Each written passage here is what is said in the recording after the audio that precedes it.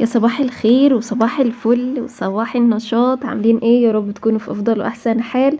رجعت لكم بفيديو كده، يعني تنظيفات بقى رمضان، وكل رمضان وانتوا بألف خير، وكل دقيقة وانتوا بألف خير، وثانية كمان. خلاص بقى الوقت بيجري وما عادش في وقت.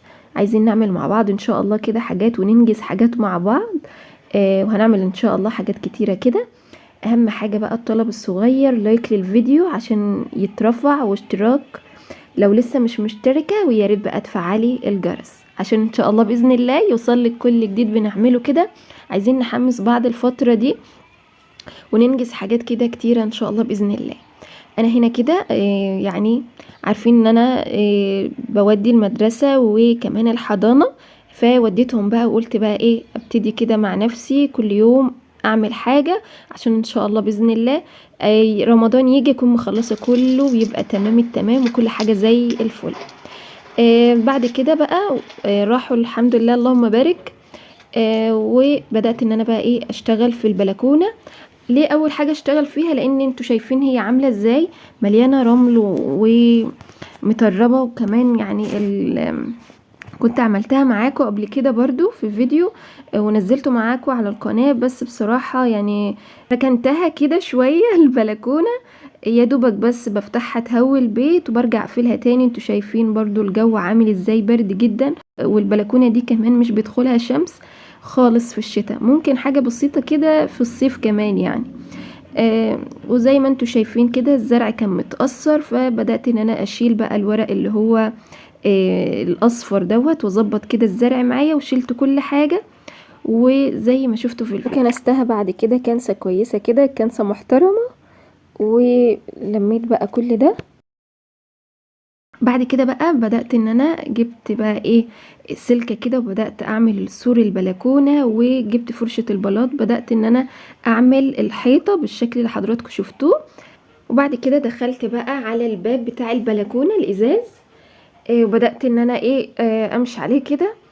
يعني زي ما قلنا كنا لسه عاملين بس الازاز برضو مع بعض، وكل حاجة كانت بتاعت البلكونة، فيا دوبك بس ايه همشي عليه كده، بس برضو هظبطه وهديله ايه الترويقة التمام والمسحة التمام، وهخليه بيبرق كده. شايفين بقى الجمال؟ بس هخلص برضو الازاز كله من جوه ومن بره، وكمان الجنب التاني، واخليه كده ايه فله. عايزة برضو ان انا ايه يعني اكون انجزت حاجة، واكون خلصت حاجة كده جنب برضو الاولويات اللي بعملها على مدار اليوم.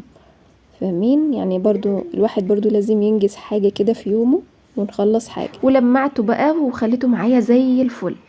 بصراحة الصحيان بدري منجز كده، وبتقدري ان انت تعملي فيه حاجات كتيرة، وكمان بقى لازم برضو ما يبقاش فيه سهر عشان يبقى فيه تاني يوم نشاط بقى، وان انت تعرفي تظبطي تاني يوم وتنجزي حاجات في البيت.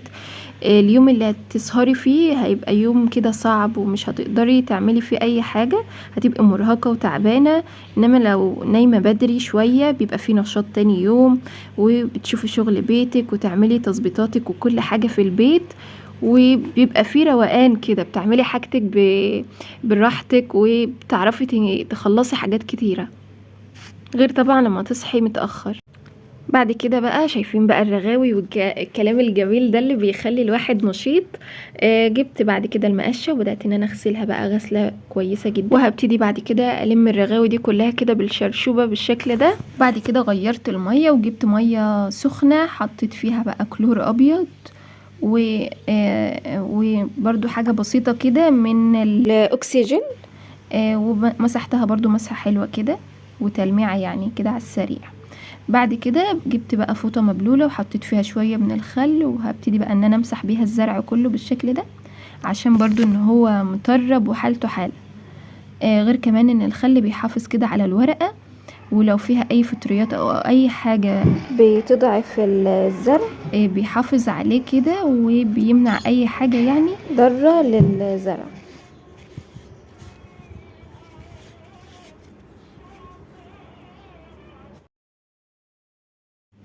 بس كده، وانا برضو بمسحها لو في اي ورقة مثلا فيها اي حاجة بشيلها، علشان برضو ما تأثرش على الزرع بقى كلها وكده، وكمان بياخد من الغذاء بتاع الزرع. فمش مشكلة، هو كده ولا كده الورقة هتقع يعني، فبشيلها واتخلص منها على طول عشان ما يتأثرش يعني عليه. بس شايفين اصلا بعد ما بيتمسح بيدي لمعة كده حلوة، بحسه انه بيعقمه كده ويخليه يتنفس كده، تبقى الورقة باينة كده وشكلها بيبان اكتر وبتحلو كده. بس هخلص بقى الزرع كله. بس كده اكون خلصت بقى معاكم كل حاجة عملتها في البلكونة وبقت معايا بالشكل الجميل ده. يلا على طول بقى كده قومي على طول شوفي وراكي ايه تعمليه. وكمان لو البلكونة بتاعتك حالتها زي حالة البلكونة بتاعتي كده، قومي خلصي عليها كده، لان برضو لما نيجي نفتح البلكونة التراب ده كله هيدخل البيت، فنخلصها كده ونظبطها ونروق عليها عشان شوية الهواء اللي بيدخلوا يخشوا كده وتشمي ريحة كمان النظافة. وبس كده اكون خلصت معاكم الفيديو النهاردة والتنظيف بتاع البلكونة. اكون كده الحمد لله انجزت حاجة. اشوفكم على خير ان شاء الله في فيديو جديد، وما تنسوش تفعيل الجرس علشان ان شاء الله يوصل لكم كل جديد هنزله. واشوفكم على خير ان شاء الله في فيديو جديد، والسلام عليكم.